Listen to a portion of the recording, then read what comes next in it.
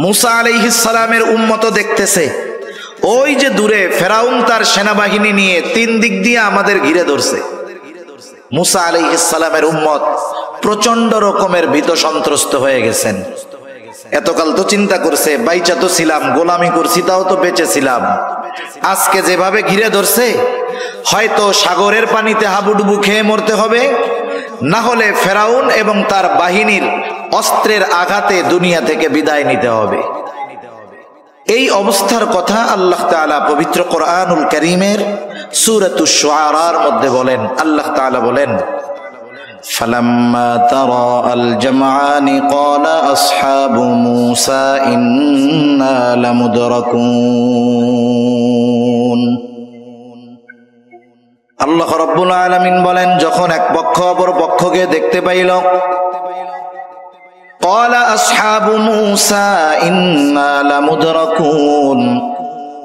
মূসা আলাইহিস সালামের সাথীরা বলতেছে, মূসা আমরা ধরা পড়ে গেছি। যদিও এখনো ধরা পড়ে নাই, তবুও ধরা পড়ে গেছি। এটা বলার কারণটা কি? কারণটা হলো অনেক সময় এমন হয় আমার আপনার কাছে অথবা কোনো মুরব্বীর কাছে হঠাৎ একজন দৌড়াইয়া এসে বলে, চাচা দাদা আমি শেষ, আমি মরেই গিয়েছি। বলেন তো, যে এসে বলতেছে আমি মরে গিয়েছি, আমি শেষ, ও কি মরে গেছে নাকি বেঁচে আছে? মরে গেলে তো কথা বলার ক্ষমতা ছিল না। এমনটা বলার কারণ কি? কারণ হলো আসন্ন বিপদের ভয়াবহতা অনুধাবন করে সে বুঝতে পেরেছে এই বিপদে যদি পতিত হয়, এই বিপদ যদি আমার উপরে পড়ে, আমার বাঁচার আর কোনো উপায় নাই। যেহেতু একদিকে সমুদ্র, তিন দিকে ফেরাউন তার বাহিনী নিয়ে ঘিরে ধরছে, ধরা খাওয়া ছাড়া উপায় নাই। এই জন্য মূসা আলাইহিস সালামের সাথীরা বলতেছে, ইন্না লামুদরাকুন, মূসা আমরা ধরা পড়ে গেছি। মূসা আলাইহিস সালাম হলেন বনি ইসরাইলদের নেতা। বাস্তবতা হলো প্রত্যেকটা নবী হলেন তার উম্মতের আসল নেতা। মূসা আলাইহিস সালাম বনি ইসরাইলদের নেতা, আর উম্মতে মুহাম্মাদির নেতা হলেন মুহাম্মাদুর রাসূলুল্লাহ। এই নেতৃত্ব যদি কেউ না মেনে নেয়, তাহলে আখিরাতে বাঁচার আর কোনো উপায় নাই। নেতার কাজ কি? নেতার কাজ হলো যখন তার অনুসারীরা কোনো মুসিবতে পড়ে, বিপদে পড়ে, নেতা তার বলিষ্ঠ কণ্ঠে বক্তব্য দিয়ে তার অনুসারী, তার কর্মীদেরকে পথ নির্দেশনা দেন, সান্ত্বনা দেন। মূসা আলাইহিস সালাম ও তার উম্মতের সামনে সুন্দর চমৎকার একটা বক্তব্য দিলেন। যদিও বক্তব্যটা বড় ছোট, কিন্তু এই বক্তব্যের মধ্যে বনি ইসরাইলদের মনে আগত অনাগত সম্ভবত যত ধরনের প্রশ্ন আছে, ছোট্ট বক্তব্যের মধ্যে সব ধরনের প্রশ্নের উত্তর তারা পেয়ে গেল। কারণ বনি ইসরাইল জাতির একটা বদ খাসলাত ছিল, বিনা কারণে শুধু প্রশ্ন করত। কিন্তু মূসা আলাইহিস সালাম এমন একটা বক্তব্য দিলেন, কথা বললেন, যাতে তাদের মনে আর কোনো প্রশ্ন আসার সম্ভাবনা ছিল না। মূসা আলাইহিস সালাতু ওয়াস সালাম দাঁড়ায় বললেন, ক্বালা কাল্লা ইন্না মাইয়া রাব্বী সায়াহদিন। মূসা আলাইহিস সালামকে তারা বলতেছে, ইন্না লামুদরাকুন, আমরা ধরা পড়ে গেছি। আর মূসা আলাইহিস সালাম কথার প্রথমেই বললেন কাল্লা। ওরা বলল ধরা পড়ে গেছি, মূসা আলাইহিস সালাম বললেন কখনোই নয়।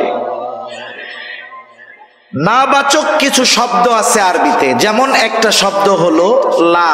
লা অর্থ না, মনে করেন, কিন্তু দুইটা অর্থের মধ্যে, দুইটা শব্দের মধ্যে তফাৎ আছে, পার্থক্য আছে। একটা উদাহরণ দিলে বুঝতে সহজ হবে। কষ্ট হচ্ছে না তো আপনাদের? কথা বুঝতেছেন তো? কারণ বলার মানুষ তো শুধু ওয়াজ শুনে না, ওয়াজ বুঝেও। কিছু এলাকায় আছে শুধু ওয়াজ শুনবে। আপনি যদি কোরআন হাদিস দিয়া কথা বলেন, কোরআন সুন্নাহ দিয়ে কথা বলেন, একটু পরে বলবে হুজুর মাঝে মধ্যে একটু সঙ্গীত কইয়েন, মাঝে মধ্যে একটু তাকবীর দিয়েন, দেখা যাবে এই কারণে ওই সব অঞ্চলের মুফাসসির, বড় মুফাসসির হলো সে 1 ঘন্টা বয়ানে 9টা সঙ্গীত বলতে পারবে, যে সে হলো ওই সব অঞ্চলের বড় মুফাসসির। তা বলার মানুষ ওয়াজ বুঝে, কারণ বুঝের মধ্যে একটা মজা আছে। যেই জিনিসটা বোঝা যায় ওই জিনিসটা হৃদয়ের মধ্যে থাকে বেশি দিন, ঠিক কিনা বলেন? ওই জিনিসের কথা অনুধাবন করতে পারলে জীবনে কাজে লাগানো যায়। তা মনে করেন আপনারা একজন আমাকে বললেন, হুজুর চা খান। আমি বললাম যে লা, আরবিতে না, তার মানে কি বুঝবেন? যে এখন খাবো না, তাই তো? কিন্তু কেউ যদি বলে হুজুর চা খান, আমি যদি বলি কাল্লা, তার মানে কি? এখনো খাবো না, কখনোই খাবো না। মুসা আলাইহিস সালাম যদি বলতেন যে লা, ধরা পড়বো না, তাইলে ওরা বলতো মুসা এখন নাইলে পড়লাম না, পরে যদি ধরা পড়ি তাইলে কি হবে? যেই শত্রু একবার হাত ছাড়া হয়, ওকে যদি পরে ধরতে পারে, বলেন তো সাইজ সিঙ্গেল না ডাবল? ডাবল। এজন্য মুসা আলাইহিস সালাম বললেন কাল্লা, কখনোই ধরা পড়বো না, এখনো ধরা পড়বো না, কোনোদিন ধরা পড়বো না। এবার হয়তো বনি ইসরাইলেরা প্রশ্ন করতে পারতো, মুসা ধরা যে পড়বো না কেমনে বলেন? 3 দিক দিয়ে ঘিরে তারা আসতেছে, একদিকে সমুদ্র, পার হওয়ার জন্য কোনো কিছুই নাই, ধরা পড়বো না কেমনে বলেন? কেমন যেন মুসা আলাইহিস সালাম বলতেছে, শোনো, তারা যত বেশি মানুষ হোক না কেন, তাদের সাথে যত সামরস্ত্র থাকুক না কেন, আল্লাহ তাআলা আমার সাথে আছেন। ইন্না মাইয়া রব্বি, আমার সাথে আমার রব আছে। রব যেহেতু আছে, দুনিয়ার সব যদি বিপক্ষেও চলে যায়, আমাদের কেউ কিছু করতে পারবে না। রব যদি সাথে থাকে, দুনিয়ার সর্বাধিক প্রযুক্তি নিয়েও কিছু করা যায় না। এর প্রমাণ আপনারা যারা জানেন, অবরুদ্ধ দুনিয়ার ওপেন কারাগার বলা হয় গাজাকে। চতুর্দিক দিয়ে কোনো সাহায্য গাজাতে ঢুকার উপায় নাই। চতুর্দিক দিয়ে ইসরায়েল এবং আমেরিকা তাদের দোসরদের দিকে দিয়ে আটকায় রাখছে। পৃথিবীর উন্মুক্ত কারাগার হলো এই গাজা। পৃথিবীর সর্বাধুনিক প্রযুক্তি সমরাস্ত্র ব্যবহার করে ইসরায়েল। এই ইসরায়েল তাদের সর্বাধুনিক প্রযুক্তি সম্পন্ন ট্যাঙ্ক, কামান সব নিয়ে গাজার অভ্যন্তরে স্থল অভিযান পরিচালনা করতেছে। বাস্তবতা হলো, গোটা দুনিয়ার সব মেইন স্ট্রিম মিডিয়াগুলোর পরিচালনার দায়িত্বে মোড়ল আছে ইহুদি খ্রিস্টানেরা, যার কারণে গাজার বাস্তব খবর আমরা পাই না। এরপরেও যতটুকু আমরা শুনি, যতটুকু আমরা দেখি, যতটুকু আমরা জানি, এই স্থল অভিযানে ইসরায়েল সহ ইসরায়েলের পক্ষ অবলম্বনকারী গোটা দুনিয়ার সব কুফরি শক্তির চূড়ান্ত পরাজয়ের আভাস পাওয়া যাচ্ছে। এজন্যই তো নেতানিয়াহু বলে, কৌশলগত কারণে আমরা যুদ্ধবিরতিতে যাচ্ছি। কৌশলগত কারণে যুদ্ধবিরতিতে যাচ্ছি, বিষয়টা এমন নয়। আমরা ছোটবেলায় যখন পড়ছি, হেফজখানায় যখন পড়তাম, আমাদের সময় কিন্তু খুব মায়ের ছিল। মায়ের ছিল কেন? আব্বা গিয়ে হুজুরের কাছে জীবনটাকে ওয়াকফ করে দিয়ে আসতো। বলতো যে হুজুর এত কিছু বুঝি না, পোলা আমার, জান আপনার, মরার পরে লাশটা বাড়ি পাঠাইলে হবে। এই যদি বলে তাইলে হুজুরের তো আর কোনো অসুবিধা নেই, ঠিক না? এখন মনে করেন ওই সময় আমাদের মাঝে মধ্যে দুষ্টমির কারণে মার খাইতাম, মারতো হুজুরে। এখন বলেন, মায়ের খাওয়া বিষয়টা তো এরকম, ব্যথা লাগুক আর না লাগুক, মায়ের খাওয়াটাই তো লজ্জার বিষয়, ঠিক না? কিন্তু আমরা ছোটবেলা কি চিন্তা করতাম? মায়ের দিছে, চিন্তা করতাম মায়ের খাইছি তাতে কি, ব্যথা না পাইলে আর লজ্জা হবে না। মায়েরটা খাইয়া যখন আসছি, বন্ধুরা আসে, আমরা এসে কি বলতাম? মিয়া মায়ের দিছে তাতে কি, ব্যথা পাই নাই। কথা বুঝেন নাই? মনে করতাম যে ব্যথা না পাওয়ার সাথে লজ্জার সম্পৃক্ততা, বিষয়টা কিন্তু তা না। কথা হলো মায়ের তো দিছে, আস্তে দিক আর জোরে দিক, মায়ের খাওয়াটা মূল কথা, ব্যথা পাওয়াটা বিষয় ছিল না। ছোটবেলায় আমরা মনে করতাম ব্যথা না পাইলে লজ্জা নাই। এজন্য বন্ধুরা যদি বলতো মায়ের তো খাইছস, কি বলতাম? ব্যথা পাই নাই মিয়া। ইসরায়েল মায়ের খাইয়া এখন বলতেছে যে কৌশলগত কারণে আমরা যুদ্ধবিরতিতে সম্মত হতে যাচ্ছি। আল্লাহু আকবার। 3.5 বিলিয়ন, $3.5 মিলিয়ন, 1 মিলিয়নে 10 লক্ষ, তাহলে ৩৫ লক্ষ ডলার, বাংলাদেশি টাকায় ৩৫ লক্ষ গুণ গতকালকের হিসাব ১২৮। ৩৫ লক্ষকে গুণ যদি দেওয়া হয় ১২৮ দিয়ে কত হবে আমার জানা নাই। একটা ট্যাঙ্ক বানাতে এই পরিমাণ টাকা তাদের খরচ হয়েছে, অথচ আল্লাহর বান্দারা ৫০০, ৭০০, ২০০, ৩০০ এই ডলারের ছোট ছোট ক্ষেপণাস্ত্র দিয়ে, ওই বড় বড় সমরাস্ত্র দিয়ে যাদের ক্ষতি করার বলে কোনো অবস্থা নাই, ওই ধরনের বড় বড় ট্যাঙ্কগুলাকে $১,০০০ কামান দিয়ে ছিন্ন বিচ্ছিন্ন করে দিচ্ছে। সুবহানাল্লাহ। শুধু তাই না, আজকের খবরে দেখলাম ওরা যে বোমগুলা মারে, হামাসের উপরে মারে, ওই বোমগুলোর কিছু ধ্বংসাবশেষ সংগ্রহ করে ওরা আবার ক্ষেপণাস্ত্র বানায়, ওইগুলাকে দিয়ে ইসরায়েলি বাহিনীর বিরুদ্ধে ব্যবহার করে। ১,০০০ টাকা দিয়ে $৩.৫ মিলিয়ন ট্যাঙ্ক, একটা দুইটা নয়, ২৫০র উপরে ট্যাঙ্ক তারা ধ্বংস করে দিয়েছে, আর ইসরায়েল আস্তে আস্তে পিছু হটতেছে। সুবহানাল্লাহ। এর আগে আমরা দেখেছি ইমারতে ইসলামিয়া আফগানিস্তানে, আমরা শুধু শুনতাম যে ওরা খালি মরে খালি মরে, গোটা দুনিয়ার কুফরি শক্তি এক, ন্যাটো আমেরিকা মিলে ২০ বছর তাদের সাথে যুদ্ধ করার পর বাস্তবতা দেখলাম যে আমেরিকার ভান্ডার শূন্য, ইউরোপের ভান্ডার শূন্য হওয়ার পথে। এরপরে মোল্লাদের পিটানি খাইয়া রাতের আধারে ওরা পালাতে বাধ্য হয়েছে। এগুলো হয়েছে কেন? কারণ সাথে ছিলেন কে? হিজরতের সময় রাসূল আকরাম সাল্লাল্লাহু আলাইহি ওয়াসাল্লাম আবু বকর সিদ্দিক রাদিয়াল্লাহু তাআলা আন সাওর পর্বতে ৩ দিন ওই গর্তের মধ্যে আত্মগোপন করছে। আবু বকর সিদ্দিক রাদিয়াল্লাহু তাআলা আনহু বলেন, কাফেরেরা আমাদেরকে খুঁজতে খুঁজতে একেবারে আমাদের গর্তের নিকটে চলে এসেছে, কথা বলতেছে, প্রত্যেকের কথার আওয়াজ আমি শুনতেছি, প্রত্যেককে আমি চিনতেছি।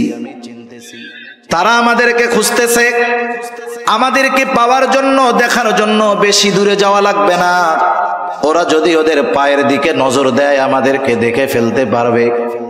এমত অবস্থায় আবু বকর সিদ্দিক রাদিয়াল্লাহু তাআলা আনহু প্রচন্ড রকমের ভীত সন্ত্রস্ত হয়ে গেলেন। তিনি নিজের জন্য চিন্তিত নয়, চিন্তিত হলো মুহাম্মাদুর রাসূলুল্লাহ সাল্লাল্লাহু আলাইহি ওয়াসাল্লামের জন্য। কারণ আবু বকর তো এমন আশিকে রাসূল, আমাদের মতো জিলাপি সিন্নি খাওয়াইয়া আশিকে রাসূল না। আবু বকরকে যদি ১০০ বার হায়াত দেওয়া হতো, ওই ১০০ হায়াত, ১০০ জীবন যদি নবীজির জন্য কোরবান করতে বলা হতো, আবু বকর এমন আশিকে রাসূল, ওই ১০০ জীবন ১০০ বার নবীজির জন্য কোরবান করতে প্রস্তুত থাকত। নবীজি যখন দেখতে পাইলেন আবু বকর সিদ্দিক রাদিয়াল্লাহু তাআলা আনহুর চেহারার মধ্যে ভয়ের ছাপ, চিন্তার ছাপ, নবীজি আবু বকর সিদ্দিক রাদিয়াল্লাহু তাআলা আনহুকে উদ্দেশ্য করে যে কথা ওই মুহূর্তে বললেন, যেই সান্ত্বনা দিলেন, আল্লাহ তাআলা কোরআনুল কারীমের মধ্যে সে কথা জানায়া দেন। আল্লাহ তাআলা বলেন, ইযহুমা ফিল গারি ইয ইয়াকুলু লিসাহিবিহি লা তাহজান ইন্নাল্লাহা মা'ানা। কেমন যেন নবীজি বলতেছেন, ও আবু বকর তুমি চিন্তা করো না, শত্রু যত কাছে হোক, যত শক্তিশালী হোক, ও আবু বকর এই গর্তের মধ্যে শুধু তুমি আর আমি দুইজন এমনটা নয়। বলেন তো ওই দুইজনের সাথে যিনি আছেন তিনি কে? শত্রু যত কাছে হোক, যেহেতু আল্লাহ সাথে আছে, কোনো চিন্তা নাই। মুসা আলাইহিস সালাম বলতেছে, ওদের যা থাকে থাক, ইন্না মাইয়া রব্বি, আমার সাথে আমার রব আছে। সায়াহদিন, যেই রব পথ দেখায়া এই পর্যন্ত এনেছেন, সেই রব সামনের জন্য পথ দেখায়া দিবে। সুবহানাল্লাহ। আল্লাহ তাআলাও পথ দেখায়া দিলেন। আল্লাহ তাআলা বলেন, ফাআওহাইনা ইলা মূসা আন ইদরিব বিআসাকাল বাহর ফানফালাকা ফাকানা কুল্লু ফিরকিন কাত-তাউদিল আযীম। আল্লাহ রাব্বুল আলামিন বলেন, আমি মুসা আলাইহিস সালাতু ওয়াস সালামের কাছে প্রত্যাদেশ প্রেরণ করলাম, ওহী পাঠাইলাম, আনিদরিব বিআসাকাল বাহর, মুসা আপনি আপনার হাতের লাঠিটা দিয়ে সাগরের উপরে আঘাত করেন। মুসা আলাইহিস সালাতু ওয়াস সালাম আল্লাহ তাআলার নির্দেশে সাগরের উপরে লাঠি দিয়ে আঘাত করলেন। লাঠি দিয়ে আঘাত করার সাথে সাথে ফাংফালাক, লাঠির আঘাতে সাগর ফেটে দুই খণ্ড হয়ে গেল। ফাকানা কুল্লু ফিরকিন কাত্তাউদিল আযীম, দুই খণ্ড হয়ে গেছে। শুধু তাই না, এভাবে ফেটে দুইটা খণ্ড দুই দিকে এরকম উঁচু হয়ে পাশা পাহাড় সাদৃশ্য উঁচু দেয়ালের মতো হয়ে গেছে, মধ্যে ফাঁকা হয়ে গেছে। আল্লাহ তাআলার আদেশ, মুহূর্তের ভিতরে ওই কর্দময় জমিনটাকে শুকনা ঠনঠনা আল্লাহ তাআলা বানায়া দিলেন। বনি ইসরাইলের গোত্র হলো 12টা, 12 গোত্রের জন্য 12টা রাস্তা তৈরি হয়ে গেল। এইবার মুসা আলাইহিস সালাম তার উম্মতদেরকে নিয়ে এই সাগরের তলদেশ দিয়া রাস্তা পাড়ি দেওয়া শুরু করে দিলেন। এই জামানায় টানেল দেখা তো আমরা অবাক হয়ে যাই, আরে সমুদ্রের তল দিয়া রাস্তা। আল্লাহ তাআলা তো প্রায় 5000 বছর আগে টানেল দেখায় দিয়েছেন, ঠিক কিনা বলেন? প্রযুক্তি যেটা 5000 বছর পরে করতেছে, আল্লাহ তাআলা সেটা 5000 বছর আগে দেখায় দিয়েছে। আল্লাহ রাব্বুল আলামিনও জানায় দেন, বনি ইসরাইলদের জন্য রাস্তা, ফেরাউন চলে আসছে কাছে। মুসা আলাইহিস সালাম উম্মতদেরকে নিয়ে মাঝ রাস্তায় পৌঁছিয়েছেন। এখানে একটা বিষয় পরিষ্কার হওয়া যায়, আমরা অনেক সময় শুনি ফেরাউন নীল দরিয়ায় ডুইবা মরছে, কিন্তু শব্দ অবস্থা এটা বলে না। শব্দ অবস্থা বলে ফেরাউনের সলিল সমাধি হয়েছে লোহিত সাগরে। আরবিতে একটা শব্দ হলো নাহরুন, আর একটা হলো বাহরুন। নাহরুন মানে নদী, বাহরুন মানে হলো সমুদ্র। আল্লাহ তাআলা এখানে এটা বলেন নাই, আনিদরিব বিআসাকাল বাহর বলছেন। তার মানে বোঝা গেল মুসা আলাইহিস সালাম লাঠি দিয়ে নাহারের উপরে আঘাত করেন নাই, বরং বাহারের উপরে আঘাত করেছে। আর সম্প্রতি সময়ে সে একজন বিজ্ঞানী আছে, ডাক্তার মরিস বুকাইলি। উনি ফ্রান্সের একজন বড় ডাক্তার, আল্লাহর বান্দা, মুসলমান হয়েছে, মারাও গেছে। এই ডাক্তার মরিস বুকাইলি উনি ফেরাউনের এই দেহ নিয়ে গবেষণা করছে। গবেষণা করে উনি এই সিদ্ধান্তে উপনীত হয়েছেন যে ফেরাউনের দেহ অবশেষের সাথে কিছু লবণ পাওয়া গেছে। লবণ, নদীর পানিতে লবণ হয়, সমুদ্রের পানি লবণাক্ত, এজন্য ওটা দিয়ে লবণ হয়। আরো পারিপার্শ্বিক কিছু কারণকে সামনে রেখে কথা বলা যায় যে ফেরাউন পাড়ি দিয়েছে লোহিত সাগরে, ডুবে ফেরাউন মারা গেছে। তা যাই হোক, ফেরাউন এবার সাগরের পাড়ে আসছে। মুসা আলাইহিস সালাম উম্মতদেরকে নিয়ে মাঝ দরিয়ায় গেছে, মাঝ রাস্তায়।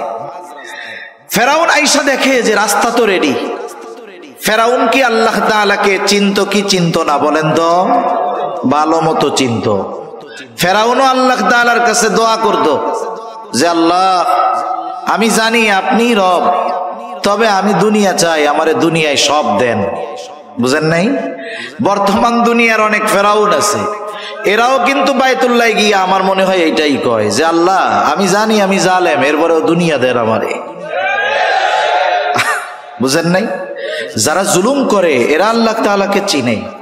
মক্কার কাফেররাও আল্লাহ তাআলাকে চিনত, চেনার পরে বিরোধিতা করত।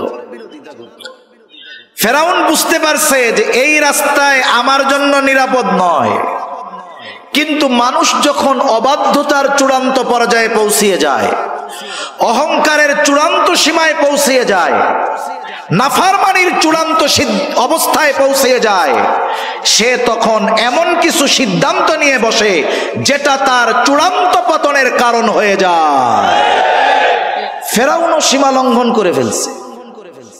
আল্লাহ তাআলাও সেই কথা বলেন, وجاوزنا ببني إسرائيل البحر فأتبعهم فرعون بجنوده بغيا وعدوا। ফেরাউন তার সৈন্য সামন্ত সহ অহংকারের বশীভূত হয়ে বনি ইসরাইলদেরকে সমূলে নির্মূল করার লক্ষ্যে তার সৈন্যবাহিনী সহ তাদের পেছনে অনুসরণ করা শুরু করলো। মূসা আলাইহিস সালাম তার উম্মতদেরকে নিয়ে অপর প্রান্তে চলে গেছেন, আর ফেরাউন তার বাহিনী নিয়ে মাঝ রাস্তায় গিয়েছে। বলেন তো, এই সমুদ্রের রাস্তাটা কি সব সময়ের রাস্তা নাকি? মাঝে মধ্যে দেখবেন হাইওয়েতে যখন ব্রিজের কাজ হয়, রাস্তার কাজ চলতেছে, ব্রিজের কাজ যখন চলে, সাইড দিয়া আর একটা পার্শ্ব রাস্তা বানায় কি বানায় না? বলেন তো, যখন মূল রাস্তা ব্রিজ হয়ে গেল, পাকা হয়ে গেল, পার্শ্ব রাস্তার প্রয়োজন আছে? কেউ যদি এমপি সাহেবের কাছে গিয়ে বলে, এমপি সাহেব এক কাজ করেন, এই যে পার্শ্ব রাস্তা এটা তো এখন ব্যবহার হয় না, নষ্ট হয়ে যাচ্ছে, 5 লাখ বাজেট করেন, ওইটা আমরা ঠিক করি। এমপি সাহেব কি বলবে? এমপি সাহেব বলবে যে শোনো, ওইটা ঠিক করার তো দরকারই নাই, বরং ওই জায়গার যে মাটি আছে ওইটা কাইটা তুমি নিয়ে যাও, এতে আরো ঝামেলা যাবে। ঠিক কিনা বলেন? ছিল ব্যবহার শেষ, প্রয়োজন শেষ, ও রাস্তার আর কোনো দরকার নাই। আল্লাহ তাআলা রাস্তা বানিয়েছেন বনি ইসরাইলের জন্য, তাদের ব্যবহার যখন শেষ, রাস্তার প্রয়োজনও শেষ। ফেরাউন মাঝ রাস্তায় সৈন্য সামন্ত নিয়ে পৌঁছায়ছে। আল্লাহ তাআলা আদেশ দিলেন, পানি তুমি আগের অবস্থায় ফিরে যাও, কারণ আল্লাহ তাআলা হলেন এমন এক মহাপরাক্রমশালী সত্তা, তিনি যখন যা চান, যা ইচ্ছা করেন, শুধু বলেন হও, তৎক্ষণাৎ সেটা হয়ে যায়। আল্লাহ তাআলা বলেন, ইন্নামা আমরুহু ইযা আরাদা শাইআন আন ইয়াকুলা লাহু কুন ফায়াকুন। আল্লাহ তাআলা যা চান শুধু বলেন কুন হও, ফায়াকুন তৎক্ষণাৎ হয়ে যায়। এইবার ওই সমুদ্রের দুই দিকের পানি একসাথে যখন ফেরাউন আর তার সৈন্য সামন্তের উপরে পড়ছে, একজনেরও নিচের থেকে উপরে আসার সুযোগ হয় নাই, সবগুলা ওইখানেই শেষ। কিন্তু আল্লাহ তাআলা তো ফেরাউনকে এত সহজে ছেড়ে দিবেন না। জিবরাইল আলাইহিস সালাতু ওয়াস সালাম হাজির, সমুদ্রের তলদেশ থেকে এক টান দিয়া ফেরাউনকে উপরে নিয়ে আসছে। ফেরাউনকে উপরে নিয়ে আসছে একটা টান দিয়া। এইবার চুবনি চলতেছে, চুবনি। ফেরাউন বুঝতে পারছে আজকে ধরা পড়ে গেছি, আজকে আর আমার বাঁচার কোনো উপায় নাই। ফেরাউনকে চুবানো শুরু হয়ে গেছে। মূলত এটা হলো ফেরাউনের উপরে আল্লাহ তাআলার গজব।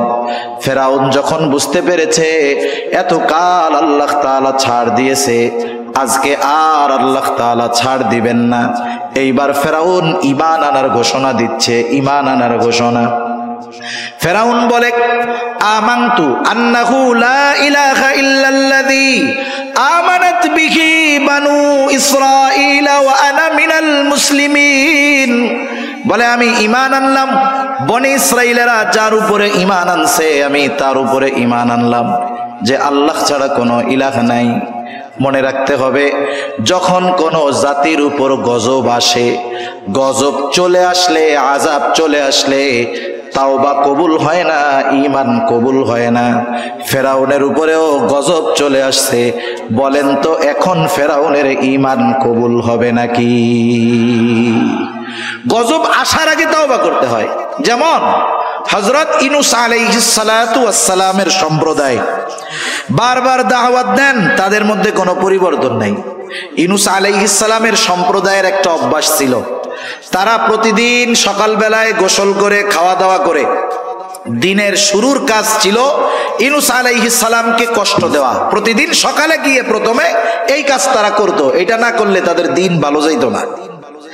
তাই ইউনূস আলাইহিস সালামকে আল্লাহ তাআলা জানায় দিলেন যে আপনার এই জাতির অবাধ্যতা চূড়ান্ত সীমায় পৌঁছে গিয়েছে, 3 দিন পরে এদের উপরে গজব আসবে। ইউনূস আলাইহিস সালাম বললেন, অবস্থা কিন্তু এই, 3 দিন পরে কিন্তু গজব আসবে। ওনার কওম আরো অবাধ্যতা বাড়ায় দিছে। 1 দিন গেছে, অবস্থা যা তাই। 2 দিন গেছে, অবস্থা যা তাই। পরের দিন গজব আসবে।